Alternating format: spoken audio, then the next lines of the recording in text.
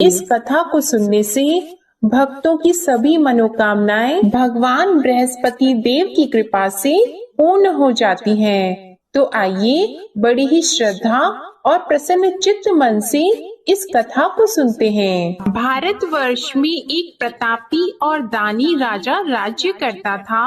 वह नित्य गरीबों और ब्राह्मणों की सहायता करता था। यह बात उसकी रानी को अच्छी नहीं लगती थी। वह न ही गरीबों को दान देती, न ही भगवान का पूजन करती थी और राजा को भी दान देने से मना किया करती थी। एक दिन राजा शिकार खेलने वन को गए हुए थे, तो रानी महल में अकेली थी। उसी समय बृहस्पति देव साधु वेश में राजा के महल में भिक्षा लेने के लिए गए और भिक्षा मांगी, तो रानी ने भिक्षा देने से इनकार कर दिया और कहा, हे साधु महाराज, मैं तो दान पुण्य से तंग आ गई हूँ। मेरा पति सारा धन लुटाते रहते हैं। मेरी इच्छा है कि हमारा धन नष्ट हो जाए, फिर न रहेगा बांस, न बजेगी बांसुरी। साधु ने कहा, देवी तुम तो बड़ी विचित्र हो। धन संतान तो सभी चाहते हैं, पुत्र और लक्ष्मी तो पापी के घर भी होने चाहिए। यदि तुम्हारे पास अधिक धन है तो भूखों को भोजन दो, प्यासों के लिए प्याऊ बनवाओ, मुसाफिरों के लिए धर्मशालाएं खुलवाओ। जो निर्धन अपनी कुंवारी कन्याओं का विवाह नहीं कर सकते, उनका विवाह करा दो। ऐसे और कई काम हैं जिनके करने से तुम्हारा यश लोक और परलोक में फैलेगा। परंतु रानी पर उपदेश का कोई प्रभाव नहीं पड़ा। वह बोली, महाराज आप मुझे कुछ न समझाएं, मैं ऐसा धन नहीं चाहती जो हर जगह बांटती फिरूं। साधु ने उत्तर दिया, यदि तुम्हारी ऐसी इच्छा है तो तथास्तु।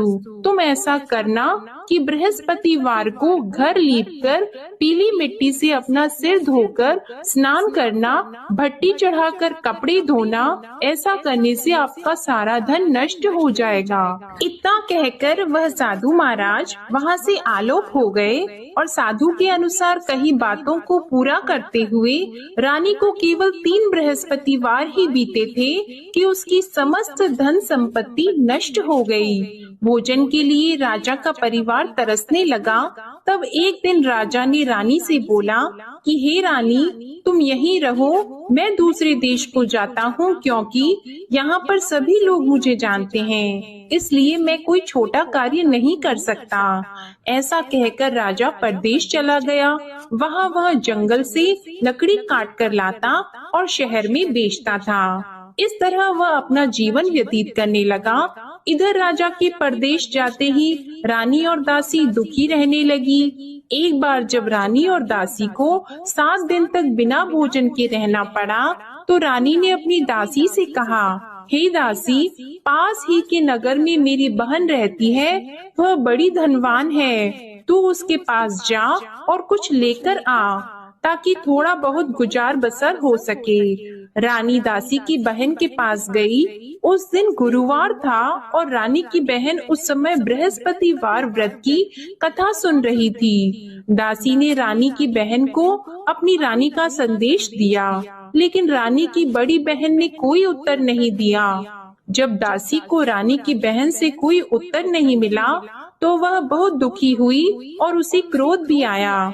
दासी ने वापस आकर रानी को सारी बात बता दी। सुनकर रानी ने अपने भाग्य को कोसा। उधर रानी की बहन ने सोचा कि मेरी बहन की दासी आई थी, परंतु मैं उससे नहीं बोली, इससे वह बहुत दुखी हुई होगी। कथा सुनकर और पूजन समाप्त करके वह अपनी बहन के घर आई और कहने लगी, हे बहन, मैं बृहस्पतिवार का व्रत कर रही थी, तुम्हारी दासी मेरे घर आई थी, परंतु जब तक कथा होती है तब तक न तो उठते हैं और न ही बोलते हैं, इसलिए मैं नहीं बोली। कहो दासी क्यों गई थी? रानी बोली, बहन तुमसे क्या छिपाऊं, हमारे घर में खाने तक को अनाज नहीं था। ऐसा कहते कहते रानी की आंखें भर आई। उसने दासी समेत पिछले 7 दिनों से भूखे रहने तक की बात अपनी बहन को विस्तार पूर्वक सुना दी। रानी की बहन बोली, देखो बहन, भगवान बृहस्पति सबकी मनोकामना को पूर्ण करते हैं। देखो शायद तुम्हारे घर में अनाज रखा हो। पहले तो रानी को विश्वास नहीं हुआ, पर बहन के आग्रह करने पर उसने अपनी दासी को अंदर भेजा तो उसे सचमुच अनाज से भरा एक घड़ा मिल गया। यह देखकर दासी को बड़ी हैरानी हुई। दासी रानी से कहने लगी, हे रानी, जब हमको भोजन नहीं मिलता तो हम व्रत ही तो करते हैं, इसलिए क्यों न इनसे व्रत और कथा की विधि पूछ ली जाए ताकि हम भी व्रत कर सकें। तब रानी ने अपनी बहन से बृहस्पतिवार व्रत के बारे में पूछा। उसकी बहन ने बताया, बृहस्पतिवार के व्रत में चने की दाल और मुनक्का से विष्णु भगवान का केले की जड़ में पूजन करें तथा दीपक जलाएं, व्रत कथा सुने और पीला भोजन ही करें। इससे बृहस्पति देव प्रसन्न होते हैं। और व्रत और पूजन विधि बताकर रानी की बहन अपने घर को लौट गई। 7 दिन के बाद जब गुरुवार आया तो रानी और दासी ने व्रत रखा। घुड़साल में जाकर चना और गुड़ लेकर आई, फिर उससे केले की जड़ तथा विष्णु भगवान का पूजन किया। अब पीला भोजन कहाँ से आए, इस बात को लेकर दोनों बहुत दुखी थी। क्योंकि उन्होंने व्रत रखा था, इसलिए बृहस्पति देव उनसे प्रसन्न थे। इसलिए वे एक साधारण व्यक्ति का रूप धारण करके 2 थालों में सुंदर पीला भोजन दासी को दे गए। भोजन पाकर दासी बहुत प्रसन्न हुई और फिर रानी के साथ मिलकर भोजन ग्रहण किया। उसके बाद वे सभी गुरुवार को व्रत और पूजन करने लगी। बृहस्पति भगवान की कृपा से उनके पास फिर से धन संपत्ति आ गई, परंतु रानी फिर से पहले की तरह आलस्य करने लगी। तब दासी बोली, देखो रानी, तुम पहले भी इस प्रकार आलस्य करती थी, तुम्हें धन रखने में कष्ट होता था, इस कारण सभी धन नष्ट हो गया, और अब जब भगवान बृहस्पति की कृपा से धन मिला है तो तुम्हें फिर से आलस्य होता है। रानी को समझाते हुए दासी कहती हैं कि बड़ी मुसीबतों के बाद हमने यह धन पाया है, इसलिए हमें दान पुण्य करना चाहिए, भूखे मनुष्यों को भोजन कराना चाहिए और धन को शुभ कार्यों में खर्च करना चाहिए, जिससे तुम्हारे कुल का यश बढ़ेगा, स्वर्ग की प्राप्ति होगी और पितृ प्रसन्न होंगे। दासी की बात मानकर रानी अपना धन शुभ कार्यों में खर्च करने लगी, जिससे पूरे नगर में उसका यश फैलने लगा। उधर एक दिन राजा दुखी होकर जंगल में एक पेड़ के नीचे आसन जमाकर बैठ गया। वह अपनी दशा को याद करके व्याकुल होने लगा। बृहस्पतिवार का दिन था। एकाएक उसने देखा कि निर्जन वन में एक साधु प्रकट हुए।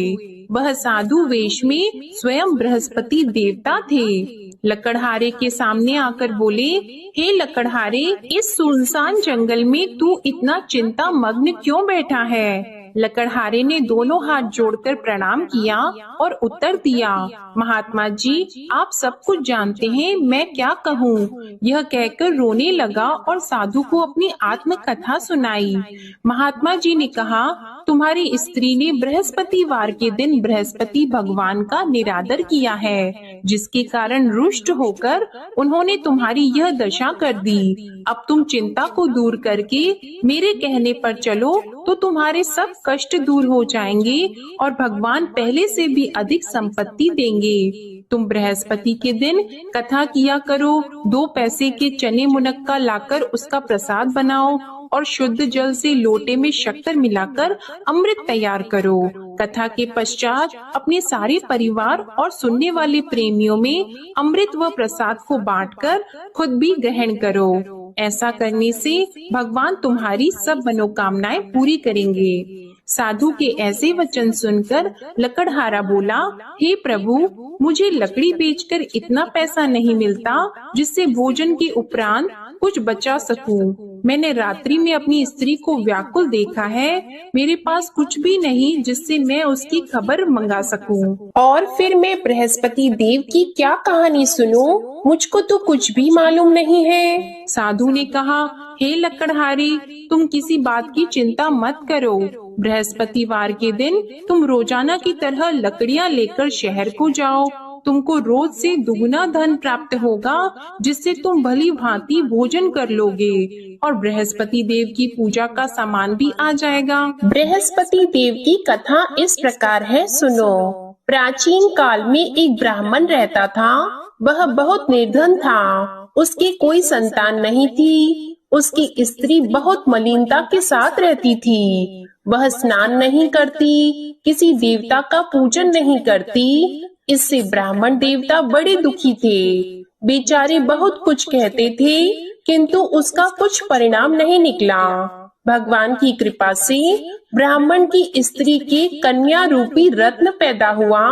कन्या बड़ी होने पर प्रातः स्नान करके विष्णु भगवान का जाप और बृहस्पतिवार का व्रत करने लगी। अपने पूजन पाठ को समाप्त करके विद्यालय जाती तो अपनी मुट्ठी में जौ भर के ले जाती और पाठशाला के मार्ग में डालती जाती। तब ये जौ स्वर्ण के हो जाते तो लौटते समय उनको बीन कर घर ले आती। एक दिन वह बालिका सूप में उस सोने की जौ को फटक कर साफ कर रही थी कि उसके पिता ने देख लिया और कहा, हे बेटी, सोने की जौ के लिए सोने का सूप होना चाहिए। दूसरे दिन बृहस्पतिवार था।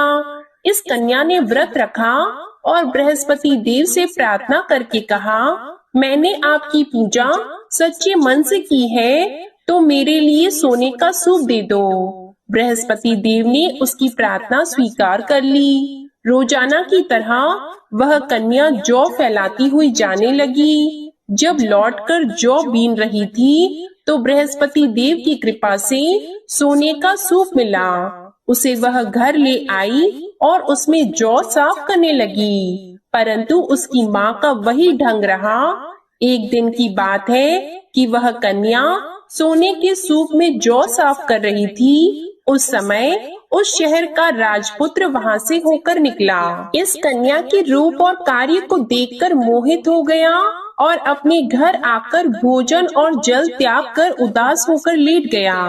राजा को इस बात का पता लगा तो अपने प्रधानमंत्री के साथ उसके पास गए और बोले, हे बेटा, तुम्हें किस बात का कष्ट है? किसी ने तुम्हारा अपमान किया है अथवा और कोई कारण हो सो कहो। मैं वही कार्य करूँगा जिससे तुम्हें प्रसन्नता हो। अपने पिता की राजकुमार ने बातें सुनी तो वह बोला, मुझे आपकी कृपा से किसी बात का दुख नहीं है। किसी ने मेरा अपमान नहीं किया है, परंतु मैं उस लड़की से विवाह करना चाहता हूँ जो सोने के सूप में जौ साफ कर रही थी। यह सुनकर राजा आश्चर्य में पड़ गया और बोला, हे बेटा, इस तरह की कन्या का पता तुम ही लगाओ। मैं उसके साथ तेरा विवाह अवश्य ही करवा दूंगा। राजकुमार ने उस लड़की के घर का पता बताया। तब मंत्री उस लड़की के घर गए और ब्राह्मण देवता को सभी हाल बताया। ब्राह्मण देवता राजकुमार के साथ अपनी कन्या का विवाह करने के लिए तैयार हो गए तथा विधि विधान के अनुसार ब्राह्मण की कन्या का विवाह राजकुमार के साथ हो गया। कन्या के घर से जाते ही पहले की भांति उस ब्राह्मण देवता के घर में गरीबी का निवास हो गया। अब भोजन के लिए भी अन्न बड़ी मुश्किल से मिलता था। एक दिन दुखी होकर ब्राह्मण देवता अपनी पुत्री के पास गए। बेटी ने पिता की दुखी अवस्था को देखा और अपनी माँ का हाल पूछा। तब ब्राह्मण ने भी सभी हाल कहा। कन्या ने बहुत सा धन देकर अपने पिता को विदा कर दिया। इस तरह ब्राह्मण का कुछ समय सुख पूर्वक व्यतीत हुआ। कुछ दिन के बाद फिर वही हाल हो गया। ब्राह्मण फिर अपनी कन्या के यहाँ गया और सारा हाल कहा तो लड़की बोली, हे पिताजी, आप माताजी को यहाँ ले आओ। मैं उन्हें विधि बता दूंगी जिससे उनकी गरीबी दूर हो जाए। वह ब्राह्मण देवता अपनी स्त्री को साथ लेकर पहुँचे तो अपनी माँ को समझाने लगी कि हे माँ, तुम प्रातः काल प्रथम स्नान आदि करके विष्णु भगवान का पूजन करो तो सब दरिद्रता दूर हो जाएगी। परंतु उसकी माँ ने एक भी बात नहीं मानी और प्रातः काल उठकर अपनी पुत्री के बच्चों की जूठन को खा लिया। इससे उसकी पुत्री को भी बहुत गुस्सा आया। उसने एक रात को एक कोठरी से सारा सामान निकाल दिया और अपनी माँ को उसमें बंद कर दिया। प्रातः उसमें से उसे निकाला तो स्नान आदि करा के पूजा पाठ करवाया तो उसकी माँ की बुद्धि ठीक हो गई। इसके बाद वह नियम से पूजा पाठ करती और प्रत्येक बृहस्पतिवार को व्रत रखने लगी। इस व्रत के प्रभाव से उसकी माता और पिता बहुत ही धनवान और पुत्रवान हो गए और बृहस्पति देवता के प्रभाव से इस लोक के सुख को भोगकर अंत में स्वर्ग को प्राप्त हुए। इस तरह कहानी कहकर साधु देवता वहाँ से अंतर्ध्यान हो गए। धीरे धीरे समय व्यतीत होने पर फिर वही बृहस्पतिवार का दिन आया। लकड़हारा जंगल से लकड़ी काटकर किसी शहर में बेचने गया। उसे उस दिन और दिन से अधिक पैसा मिला। राजा ने चना गुड़ आदि लाकर गुरुवार का व्रत किया। उस दिन से उसके सभी क्लेश दूर हो गए। परंतु जब दोबारा गुरुवार का दिन आया तो बृहस्पतिवार का व्रत करना भूल गया। इस कारण बृहस्पति भगवान नाराज हो गए। उस दिन उस नगर के राजा ने विशाल यज्ञ का आयोजन किया था तथा शहर में ये घोषणा करा दी कि कोई भी मनुष्य अपने घर में भोजन न बनवाए, न आग जलाए। समस्त जनता मेरे यहाँ भोजन करने आए। इस आज्ञा को जो न मानेगा उसे फांसी की सजा दी जाएगी। इस तरह की घोषणा संपूर्ण नगर में करवा दी गई। राजा की आज्ञा के अनुसार शहर के सभी लोग भोजन करने गए, लेकिन लकड़हारा कुछ देर से पहुंचा। इसलिए राजा उसको अपने साथ घर लेके गए और ले जाकर भोजन करा रहे थे तो रानी की दृष्टि उस खूंटी पर पड़ी जिस पर उसका हार लटका हुआ था। वह वहाँ पर दिखाई नहीं दिया। रानी ने निश्चय किया कि मेरा हार इस मनुष्य ने चुरा लिया है। उसी समय सिपाहियों को बुलाकर उसको कारागार में डलवा दिया। जब लकड़हारा कारागार में पड़ गया और बहुत दुखी होकर विचार करने लगा कि न जाने कौन से पूर्व जन्म के कर्म से मुझे यह दुख प्राप्त हुआ है, और उसी साधु को याद करने लगा जो कि जंगल में मिला था। उसी समय तत्काल बृहस्पति देव साधु के रूप में प्रकट हुए और उसकी दशा को देखकर कहने लगे, अरे मूर्ख, तूने बृहस्पति देव की कथा नहीं करी, इस कारण तुझे दुख प्राप्त हुआ है।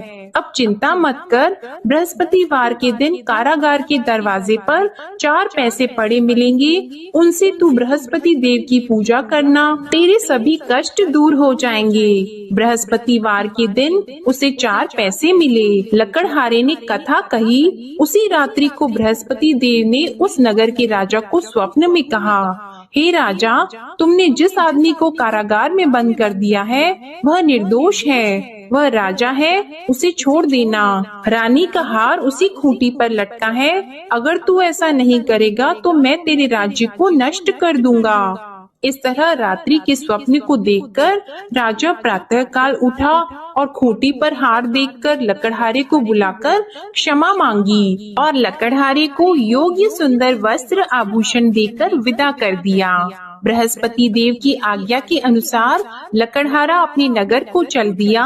राजा जब अपने नगर के निकट पहुंचा तो उसे बड़ा आश्चर्य हुआ। नगर में पहले से अधिक बाग, तालाब, कुएं तथा बहुत सी धर्मशाला, मंदिर आदि बन गई हैं। राजा ने पूछा, यह किसका बाग और धर्मशाला है?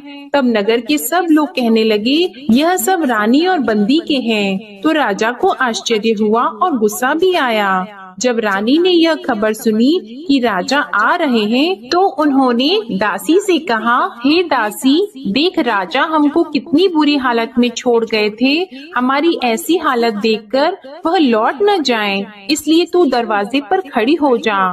आज्ञा के अनुसार दासी दरवाजे पर खड़ी हो गई। राजा आए तो उन्हें अपने साथ लेकर आई। तब राजा ने क्रोध करके अपनी रानी से पूछा कि यह धन तुम्हें कैसे प्राप्त हुआ है?